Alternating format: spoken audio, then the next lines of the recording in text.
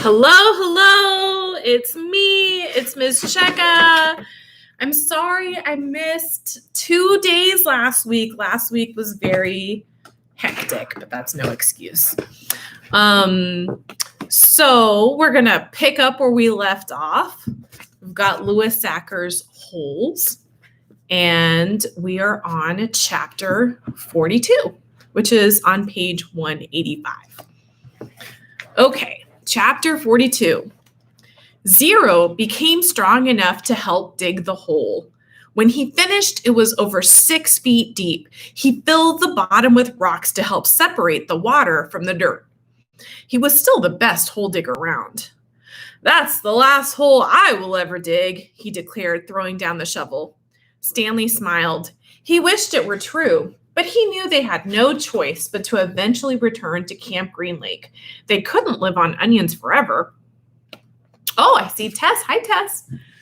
And just a reminder, refresher, when we left Stanley and Zero, they had run away from Camp Green Lake.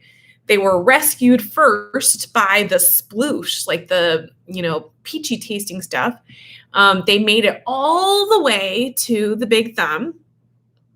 And they were then rescued a second time by finding water and finding onions. So that is how they are surviving. Okay. Actually, did we read this far? I think we did not read this far. I think were we on chapter 41?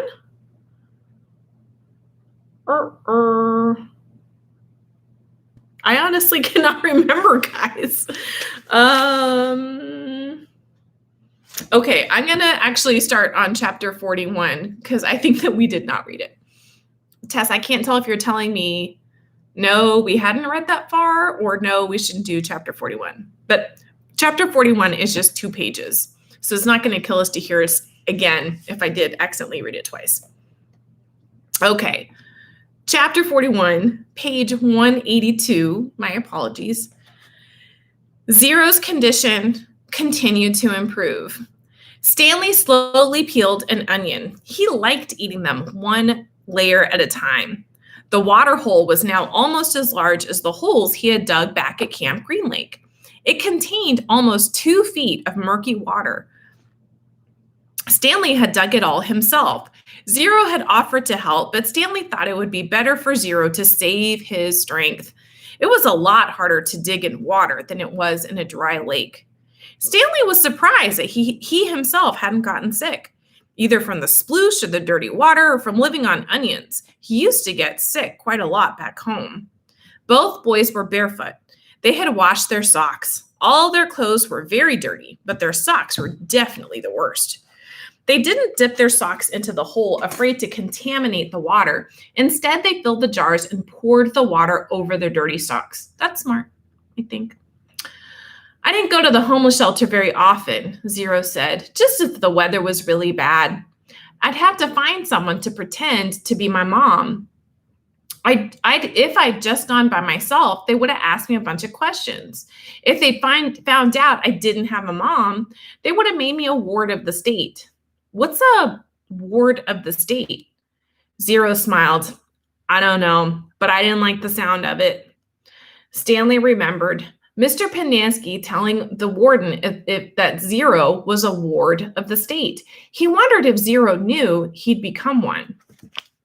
And just to be clear, guys, ward of the state means that instead of having a person who is your guardian or your parent, you don't have anybody. And so the state where you live, they become your guardian, and you go into foster care.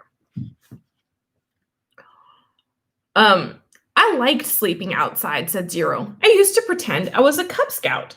I always wanted to be a Cub Scout. I'd see them at the park in their blue uniforms." "I was never a Cub Scout," said Stanley. "I wasn't good at social stuff like that. Kids made fun of me because I was fat." "Well, I liked the blue uniform," said Zero. "Maybe I wouldn't have liked being a Cub Scout." Stanley shrugged one shoulder. "My mother was once a Girl Scout," said Zero. "I thought you said you didn't have a mother." "Well, everybody has to have a mother." "Well, I mean, yeah, I know that."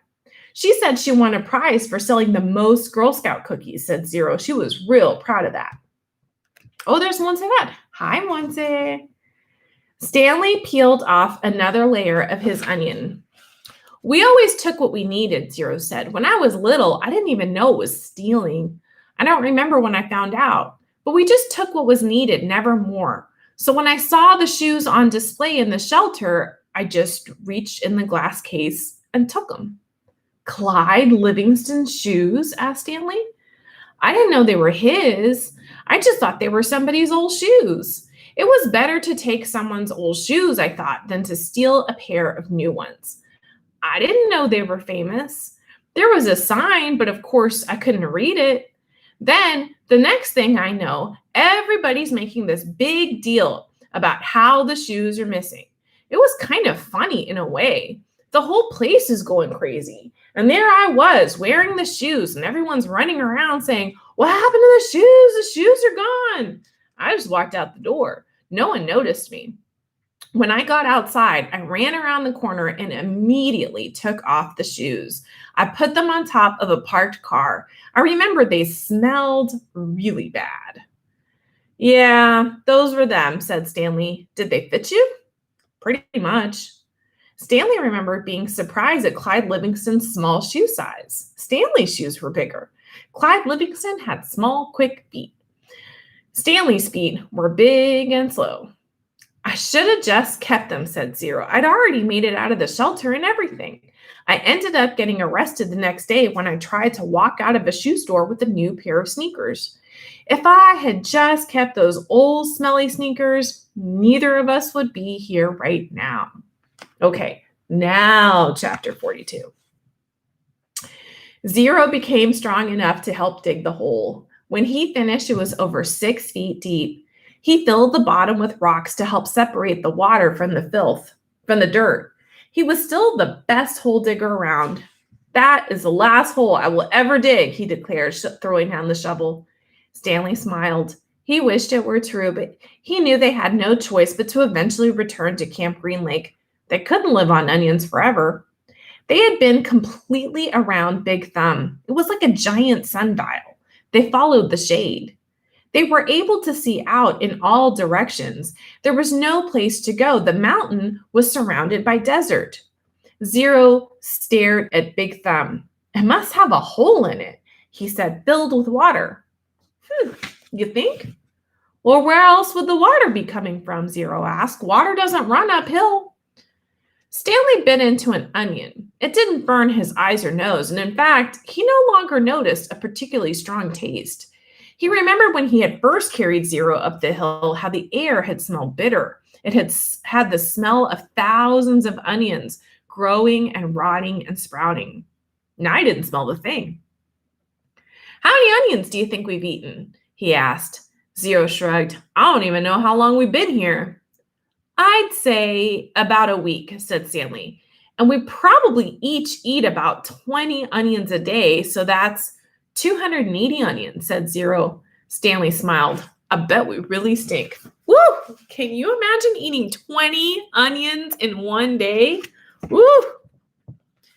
2 nights later, Stanley lay awake staring up at the star-filled sky. He was too happy to fall asleep. He knew he had no reason to be happy. He had heard or read somewhere that right before a person freezes to death, he suddenly feels nice and warm. He wondered if perhaps he was experiencing something like that. It occurred to him that he couldn't remember the last time he felt happiness. It wasn't just being sent to Camp Green Lake that had made his life miserable. Before that, he'd been unhappy at school where he had no friends, and bullies like Derek Dunn picked on him. No one liked him, and the truth was, he didn't especially like himself. He liked himself now. He wondered if he was delirious. He looked over at Zero sleeping near him. Zero's face was lit in the starlight, and there was a flower petal in front of his nose that moved back and forth when he breathed. It reminded Stanley of something out of a cartoon. Zero breathed in, and the petal was drawn up, almost touching his nose. Zero breathed out, and the petal moved toward his chin. It stayed on Zero's face for an amazingly long time before fluttering off to the side. Stanley considered placing it in front of Zero's nose, but it wouldn't be the same. It seemed like Zero had lived at Camp Green Lake forever. But as Stanley thought about it now, he realized that Zero must have gotten there no more than a month or two before him. Zero was actually arrested a day later, but Stanley's trial kept getting delayed because of baseball. He remembered what Zero had said a few days before. If Zero just kept those shoes, then neither of them would be here right now. As Stanley glared into the glittering night sky, he thought there was no place he would rather be. He was glad Zero put the shoes on the parked car. He was glad they fell from the overpass and it hit him on the head. When the shoes first fell from the sky, he remembered thinking that destiny had struck him. Now he thought again. It was more than a coincidence. It had to be destiny. Oh, Christian, I agree with you. Onions are kind of gross. I mean, I can't imagine eating a whole one like an apple. But I also think it's interesting what Stanley is saying here, right? At the beginning of the book, Camp Green Lake was just like the most miserable and terrible thing that's ever happened to him. But he's been on a lot of adventures and now he's not regretting it, right? Maybe they wouldn't have to return to Camp Green Lake, he thought. Maybe they could make it past the camp and then follow the dirt road back to civilization. They could fill the sack with onions and the 3 jars with water. And he had his canteen as well. They could refill their jars and canteen at the camp. Maybe sneak into the kitchen and get some food. He doubted any counselors were still on guard. Everyone had to think they were dead. Buzzard food. It would be mean living the rest of his life as a fugitive.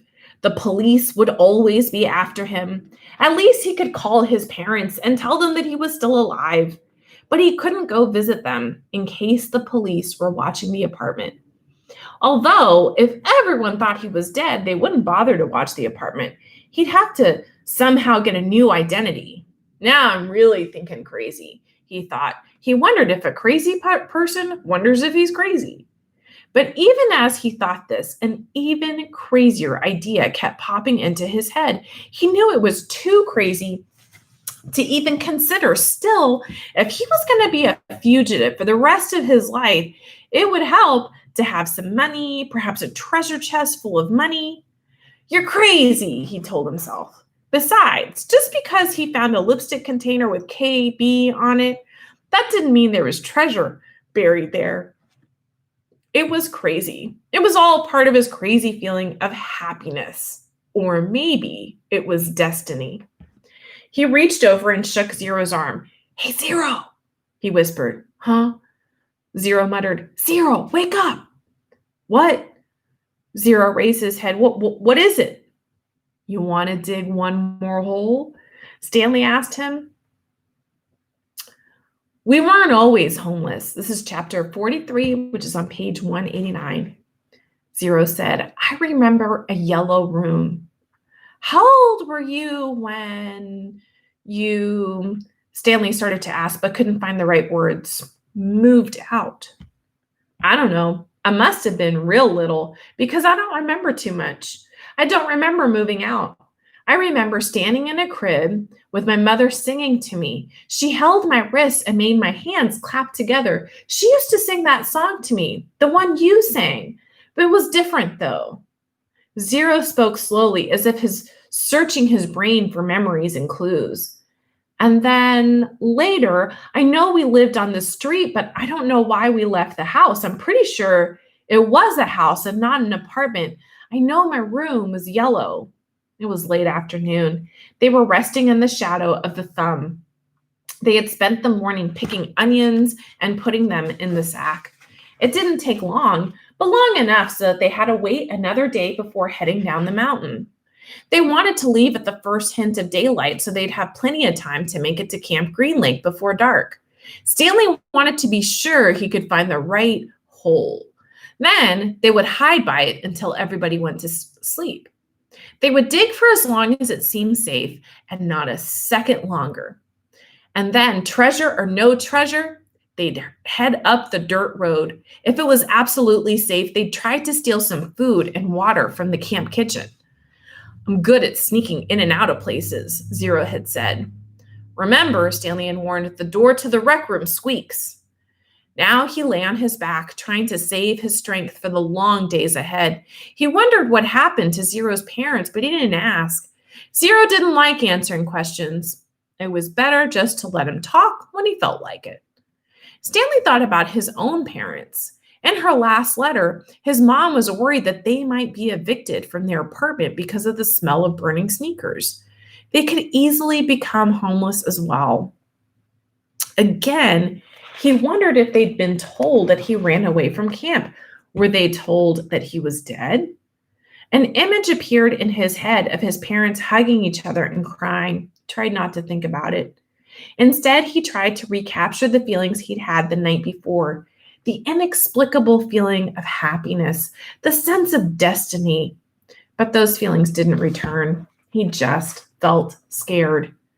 The next morning, they headed down the mountain. They dunked their caps in the water hole before putting them on their heads.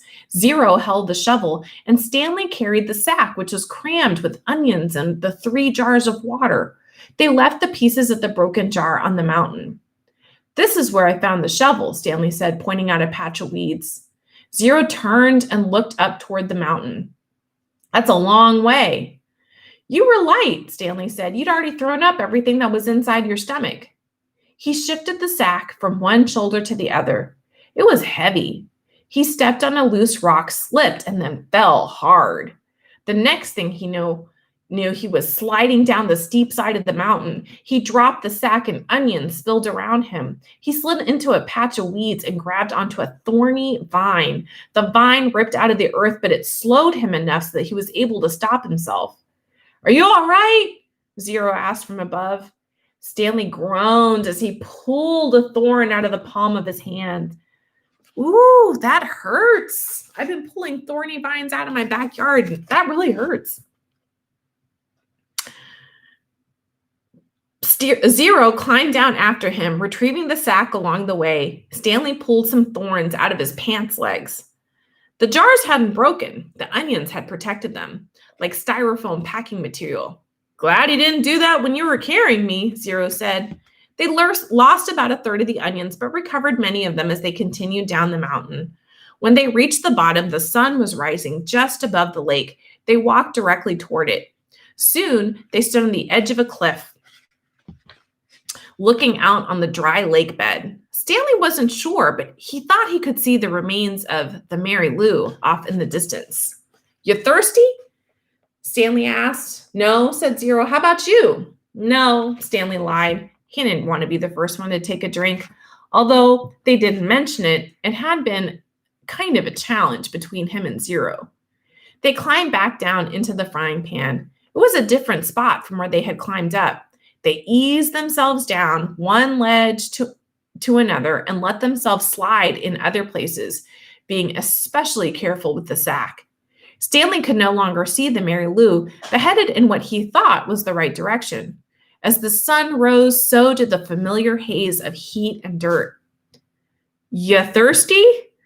Zero asked. No, said Stanley. Because you have 3 full jars of water, said Zero. I thought maybe it was getting too heavy for you. If you drink some, it'll lighten your load. I'm not thirsty, said Stanley, but if you want a drink, I'll give you some. Oh, I'm not thirsty, said Zero. I was just worried about you. Stanley smiled. I'm a camel, he said.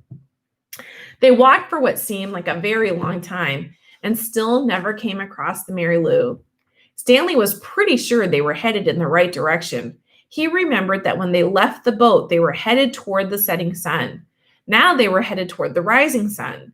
He knew the sun didn't rise and set exactly in the east and west, more like southwest, east and southwest, but he wasn't sure how that made a difference. His throat felt as though it was coated with sandpaper. You sure you're not thirsty? He asked. Not me, said Zero. His voice was dry and raspy. When they finally did take a drink, they agreed to do it at the same time. Zero, who was now carrying the sack, set it down and took out 2 jars, giving one to Stanley. They decided to save the canteen for last, since it couldn't accidentally break. I'm not thirsty, Stanley said as he unscrewed the lid. I'm just drinking so you will. Oh, I'm just drinking so you will, said Zero. They clinked the jars, and each watching the other pour the water into their stubborn mouths. Okay, we are still in the middle of the chapter, but it's a long chapter and we've kind of run out of time. So I'm happy to see you guys. I promise not to disappear unexpectedly again. And I'll see you guys tomorrow. Let's find out what happens. Yeah, there's not a lot of onion love in the chat box, huh? All right, guys. Bye-bye.